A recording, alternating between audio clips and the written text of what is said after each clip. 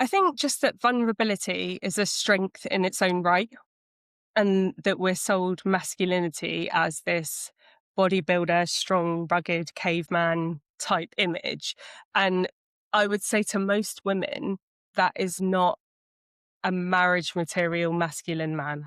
That is masculinity is the strength to carry what life throws at you and lead through that and make people feel safe, supported, well led. And leadership can't be surface level.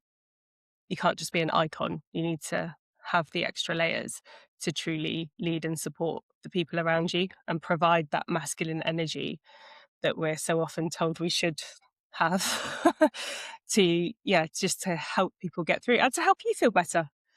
Yeah. There's something here about, I love that what you just said. It's beautiful. And there's also something about the feminine as well, Mm, that we all carry a feminine as well as a masculine. And I think if we are all, if the women encourage that, call it out a little bit, like call it forth, that feminine, very gently. Like, I'm a girl dad. I've got two girls. Mark's a girl dad.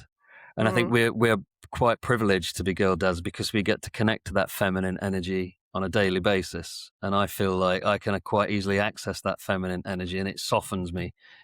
I feel softer.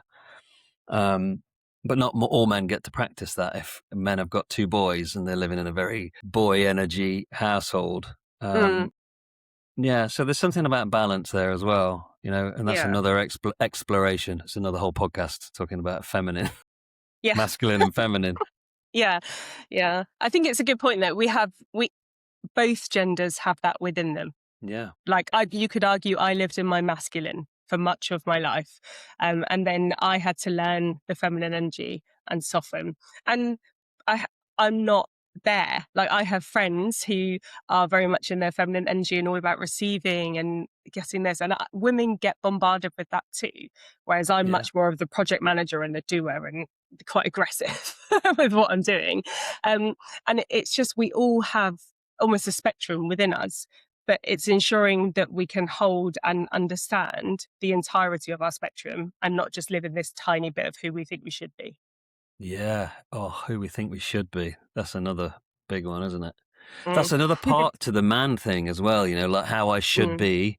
Hmm. What we've been talking about most of this episode is like showing up and being practical, and I think that's part of the problem is like men, we have this image of what we should be in a crisis, Yeah. and that is saying it's going to be okay, like the front line in World War II, like we're going to do this, we're going to be all right, we're going to survive.